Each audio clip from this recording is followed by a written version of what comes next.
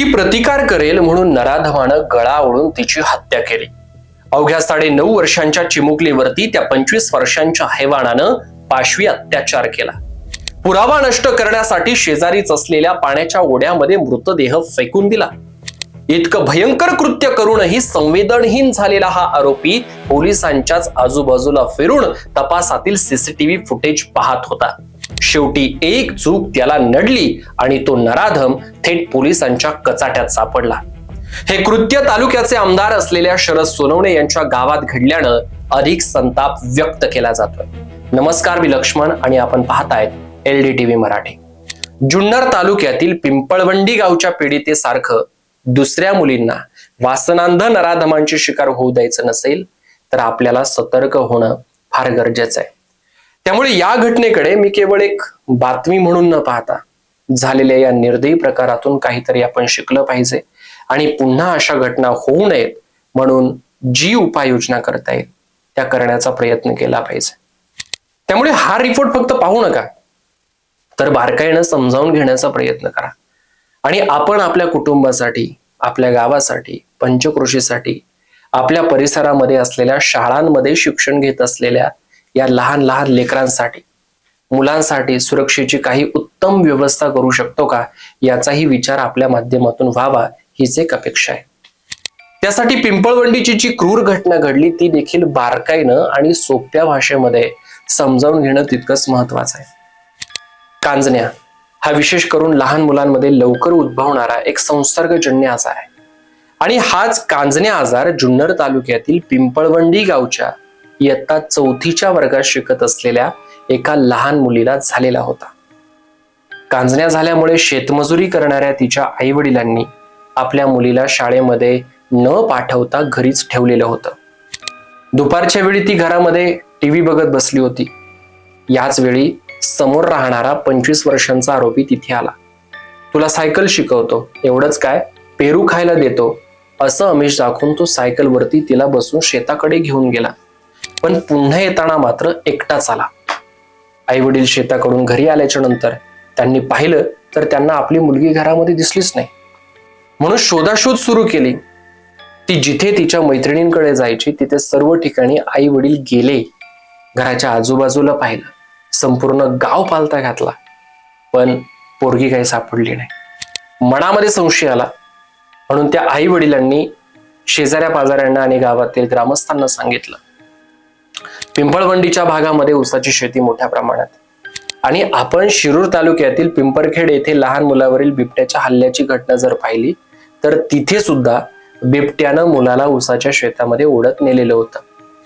त्यामुळे गावकऱ्यांना सुरुवातीला बिबट्याचा संशय आला आणि ज्याला ज्याला ही बातमी समजली तो गावातील प्रत्येक जण मुलीच्या शोधासाठी घराबाहेर पडला. ही शोध मोहीम जेव्हा सुरू होती ना तेव्हा हा जो साहिल संपत खैरे नावाचा आरोपी, त्याचं वय 25 वर्ष आहे, तो या सगळ्या शोध मोहिमेमध्ये निर्लज्जासारखा सहभागी झाला होता. आपणच त्या मुलीचे मारेकरी आहोत, आपण खूप मोठा अपराध केलाय, एका चिमुरडीचा अत्याचार करून जीव घेतलाय, या गोष्टीचा त्याला तिळा इतका सुद्धा पश्चाताप आणि भीती त्याच्या चेहऱ्यावरती दिसत नव्हती.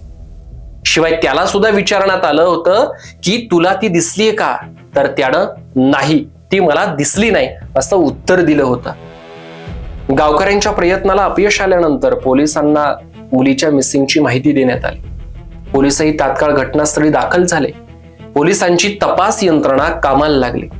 पोलीस आपल्या पद्धतीने माहिती गोळा करत होते. गावात जिथे जिथे सीसीटीव्ही आहे ते सर्व सीसीटीव्ही तपासले जात होते. स्वतः पोलीस अधीक्षक संदीप सिंह गिल हे पुण्याहून घटनास्थळी दाखल झाले. पण पोलिसांनाही कुठलाच धागा सापडत नव्हता, कारण त्या अल्पवयीन मुलीवरती अत्याचार करून तिचा जीव घेणारा आरोपी हा पोलीस सीसीटीव्ही फुटेज चेक करत असताना त्यांच्याच बाजूला बसलेला होता. पोलीस डोळ्यांमध्ये तेल घालून सीसीटीव्ही फुटेज चेक करत होते आणि तेवढ्या साहिल संपत खैरेमध्येच बोलला, ते पा मी सायकल वरतून चाललोय. पोलिसांनी स्क्रीनवरती सीसीटीव्ही फुटेज पाहणं सोडून दिलं, साहिलकडे पाहिलं. पोलिसांचा संशय बळावला. क्षणाचाही विलंब न करता साहिलला गाडीमध्ये टाकलं. पोलिसांनी विचारपूस चालू केली. पोलिसांची मवाळीची भाषा होती, त्याच्यामुळे साहिल खैरेनं उडवाउडवीची उत्तरं दिली, पण पोलिसी खाक्या दाखवताच साहिलनं घडलेला घटनाक्रम सांगायला सुरुवात केली. तोपर्यंत सगळीकडेच मुलीचे शोधकार्य सुरू होते. आरोपीने पोलिसांना गुन्ह्याची कबुली दिली. तपास थांबला आणि पिंपळवंडी गावातून संतापाची लाट उसळली. कारण आरोपी साहिल खैरेनं मुलीला आपली इच्छा पूर्ण करण्यासाठी घरापासून काही अंतरावरती नेलं होतं. अतिप्रसंग करताना ती आरडाओरडा करेल, प्रतिकार करेल म्हणून त्या नराधमानं पहिल्यांदा तिचा गळा ओढून जीव घेतला. वासनेच्या आहारी गेलेल्या त्या वासनांत नराधमानं त्यानंतर पाशवी अत्याचार केला आणि पुरावा नष्ट करण्याच्या हेतूनं मुलीचा मृतदेह जवळच असलेल्या पाण्याच्या ओढ्यामध्ये ते फेकून तिथून पसार झाला. पोलिसांच्या तपासामध्ये आरोपीनं गुन्ह्याची धक्कादायक कबुली दिली. आरोपीकडे स्वतःचं घर नाही, तो पालावरती राहत होता आणि परिसरामध्ये शेतमजुरीची कामं करायचा. त्याच्याकडे स्वतःचं घर नाही, स्वतःचा मोबाईल देखील नाही. एखादी महिला जर वॉशरूमला कुठे गेली तर तो तिच्या मागावरती असायचा. महिला आंघोळ करत असताना बाथरूमच्या खिडकीतून डोकावून पाहायचा.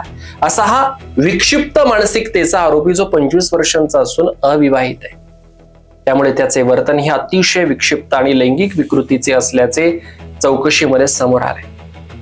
या सगळ्या घटनेच्या विरोधामध्ये नागरिकांनी मूक जन आक्रोश मोर्चा काढला. नसरापूर येथील अशाच एका गंभीर प्रकरणामध्ये पोलिसांनी अवघ्या 15 दिवसांमध्ये दोषारोपपत्र दाखल केलं होतं. यात आरोपीला फाशीची शिक्षा देखील सुनावण्यात आली. याच धर्तीवरती पिंपळवंडीच्या या प्रकरणाचा तपास अतिशय जलद गतीनं पूर्ण करून आरोपीला फाशीची शिक्षा व्हावी अशी मागणी तालुक्याचे आमदार शरद सोनवणे, पीडितेचे आईवडील, नातेवाईक तसेच पिंपळवंडी आणि जुन्नर तालुक्यातील नागरिकांनी हे आंदोलनाच्या दरम्यान केलेली आहे. पत्रकार परिषदेमध्ये पोलीस अधीक्षक संदीप सिंह गिल म्हणाले की पोलीस खात्याच्या वतीनं निर्भया पथक आहे. पोलीस काका, पोलीस दिदी यांनी शाळांमध्ये आणि ज्युनियर कॉलेजमध्ये जाऊन मुलींमध्ये अशा प्रकाराला बळी पडू नये म्हणून संबोधन करणं गरजेचं आहे. लहान मुलांना आणि मुलींना गुड टच, बॅड टच शिकवलं पाहिजे. पॉक्सो कायद्याच्या बाबतीत असलेली माहिती विद्यार्थ्यांना दिली पाहिजे. गावातील सरपंच असतील, अंगणवाडी सेविका असतील, पोलीस पाटील आणि जबाबदार व्यक्ती यांनी गाव स्तरावरती प्रत्येक महिन्याला मुलांच्या हक्कांसाठी आणि सुरक्षेसाठी मीटिंग घेतली पाहिजे. त्यामुळे आणखी दुसऱ्या मुलीची अशा नराधमांकडून हत्या होण्याआधी त्रयस्थ व्यक्तीनं किंवा अगदी नात्यातील आणि शेजारील राहणाऱ्या व्यक्तीनं कुठलेही आमिष दाखवून फसवण्याचा प्रयत्न केला तर त्याला नक्कीच आळा बसू शकतो. आणि सरकारला सुद्धा विनंती आहे की या प्रकारच्या भयंकर गुन्ह्यांसाठी कायद्याचा फास आवळला पाहिजे. आणखी कठोरात कठोर कारवाई करण्यासाठी पावलं उचलली पाहिजे. शेवटी पिंपळवंडीच्या त्या नराधमाला फाशी झालीच पाहिजे आणि त्या निष्पाप चिमुकलीला न्याय मिळाला पाहिजे. पण नसरापूर आणि पिंपळवंडीच्या घटनांची पुनरावृत्ती होऊ नये याच्यासाठी आपली जबाबदारी तितकेच महत्वाची. धन्यवाद.